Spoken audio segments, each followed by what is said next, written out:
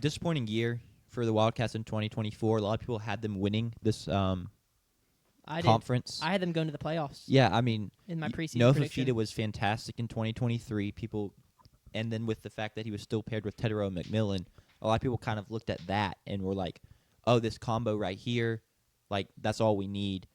I think a bit of overlooked thing from last year, they ended up going 4-8, but their starting running back has gotten some buzz on this show. But Ja'Cory Krosky-Merritt goes down after one game, doesn't play the rest of the season, and the run game struggled from there. And then they were really bad defensively. They gave up 413 opposing yards per game and 32 opponents' points per game last year.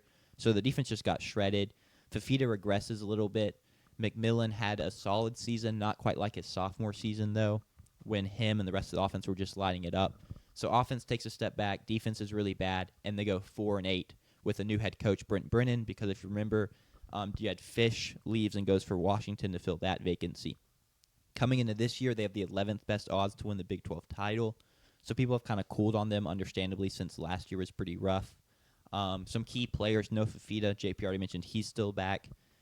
It's a question of, is last year more of him, or can he kind of find more of that 2023 magic that he had?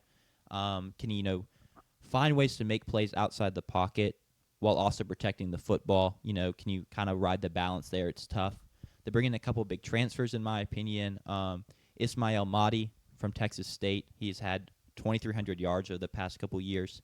And then Ty Buchanan is an offensive lineman they brought in from Texas Tech. Defensively, I expect them to kind of struggle again. They don't really have tons of talent on that side. But Marquise Gross Killebrew is a corner for them. He'll play in the secondary. A lot of ties to A&M that man has in recruiting time. He might actually spend some time there. I'm trying to remember now. But he had 28 tackles last year, and then Tay Brown is a linebacker, had 70-ish tackles last year, a couple sacks. Some thoughts for y'all. New look O-line. They're bringing one guy that played meaningful snaps for them last year, a couple transfers, and a couple other in-house options. Me and Sam's were looking at this last year. Do you remember the guy's name? Because I wish I wrote it down. The guy that had played 9 games? No, May or whatever. The guy that was a defensive tackle. Yeah. That they were like converting to an offensive lineman from the looks of things, which is pretty interesting. But it's well, it went away. Hold up. Yeah, keep talking. I can find it. I literally just had it. So they're going to be behind a new revamped offensive line, which is going to bring questions of can they protect Fifita and can they run the football.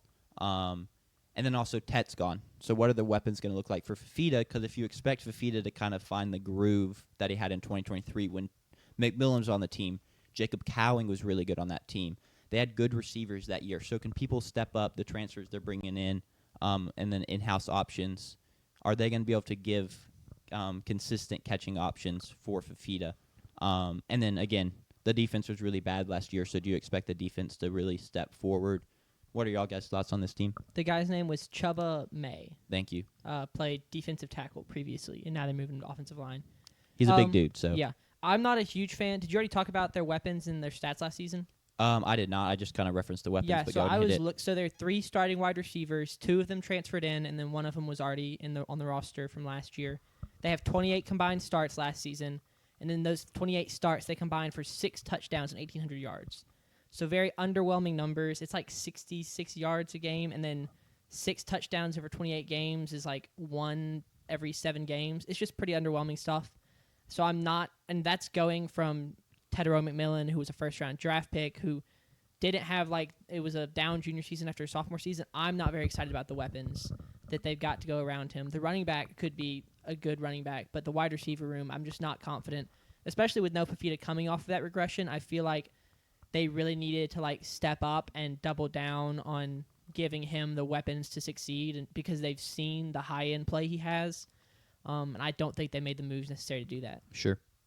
I will say they had some kind of weird OC issues last year. Dino Babers was calling plays initially in the season.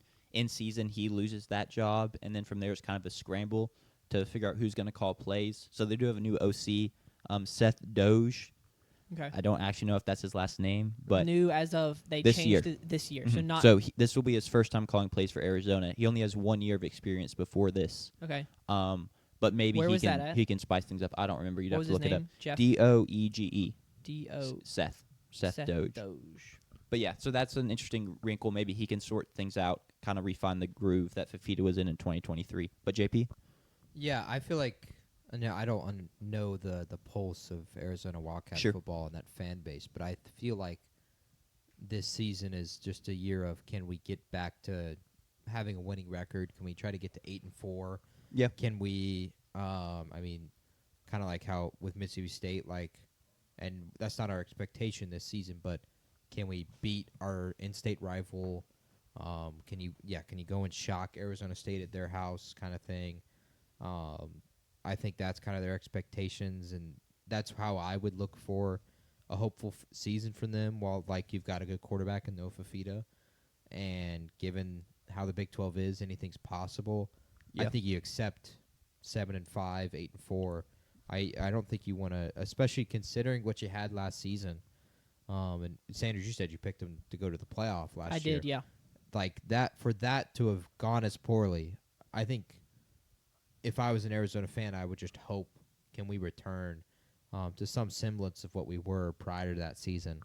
I think that would be the hope for this year, is to kind of do that kind of thing, and then you mark a few games on your calendar. Can we win one or two of these? And that's no different to how State should treat this year as well. It's like, give us a fun week. Yeah. I agree. And it's also really tough because, like we've mentioned multiple times, people predicted them to go to the playoffs last year. Arizona State was in the depths, and that's your rivals. And then all of a sudden, you go 4-8, and Arizona State makes the college football playoffs. It's kind of a harsh reality check, a harsh kind of flip of the script. So I think at this point, I completely agree. They need to look to just try and have a winning record. Brennan in his second year has to start showing that he can build something, right? Just progress. We need to see progress. Now, this could also be a bit of a transition year, kind of coming off of the Jed Fish teams and his talent with Fifita and McMillan, and then this is kind of, you have an in-between of Fish's guys still left as they're transitioning out, and Brennan's guys. So maybe this is kind of a transition year. You still look to have a winning record, and then you move on from there and see where it takes you. But not at all where I bet Arizona's fans thought they would be at this point. So Yeah, he came over from Marshall. Marshall Cool. had like 380 something yards a game. I'm looking at it now. They averaged 31.2 points per game. Yeah. So I mean, once again, he's called plays for 1 year, so he's Yeah. a relative unknown. he worked with Lane Kiffin. Lane Kiffin brought him to Ole Miss for a year or two. Gotcha. So he has, as much as I don't like it, Lane Kiffin has put together some really good offenses there and some good offensive staff. So that does speak for him. That speaks well for him. So we'll see what that offense looks like. Noah Fifita, what are y'all? So going, I had him. I remember listening to a draft. He just finished his junior year. Yes. I remember listening to a draft podcast talking about Noah Fifita and how he was rooting for Bryce Young to have success because they're about the same build, high 5 foot, 5'10", 5'11". Smaller stature. Shorter guys, smaller stature, and how they were like, Noah Fifita needs Bryce Young to play well this year so that he can get drafted. And then Noah Fifita goes on to have a kind of a down season. What do y'all think about him? Do you think he can get back to that ceiling that we saw his sophomore year? Or do you think that the sophomore year is the fluke and the junior year is that's how it played out? I think he can get back to that sophomore season, or at least play better than he did last year. I think the offense was just pretty dysfunctional last year. You lose your running back. You have issues with the offensive coordinator.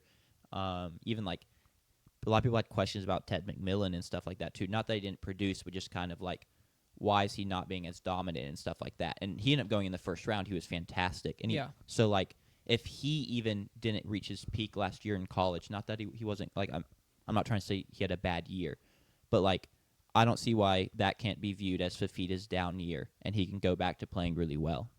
Yeah, I think it's definitely possible. I wouldn't count on it given. I mean, the weapons just really aren't there. Given the weapons, but I also, Are you also saying that he has the potential to get into draft consideration again?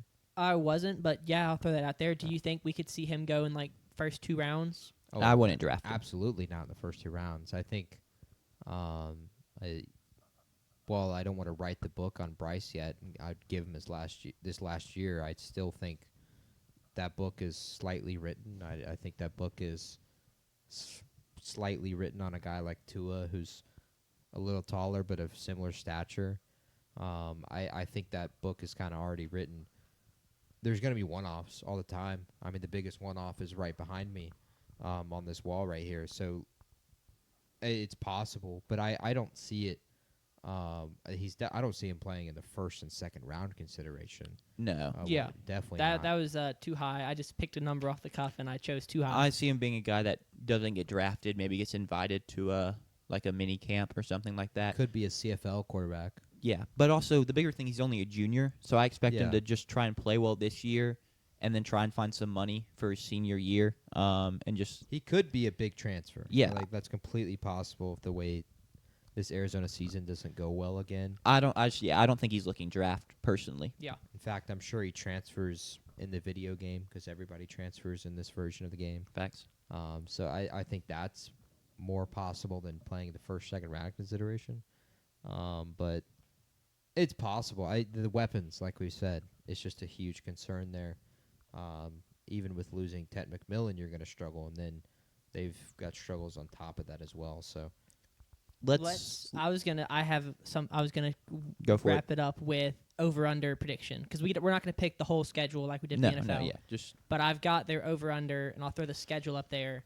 Do y'all want to wrap up each team? Their over/under is 5.5. You gonna go over/under? I'm not making you put any money on this, JP. Jack, 5.5. Oh, you good? yeah. Can y'all hear me? Yeah. I don't know what I hit, but we're good. All right, bet. Over/under is 5.5. They play Hawaii. I'm not gonna run through their whole schedule. I'll take but the under. big games. It's there on the screen. So. Yeah, big games: Kansas State, Iowa State, and then Arizona State at Arizona State. I'll to take close the the under, season. and my guess is under would be favored too. Yeah, I also take the under. If I had to give a number, I'd say they go 5-7, so it's a 1-game improvement. But I don't think many people would really view that as an improvement. But the big thing to me, I don't think the defense is gonna be a ton better this year. So Yeah, I would also take the under on that.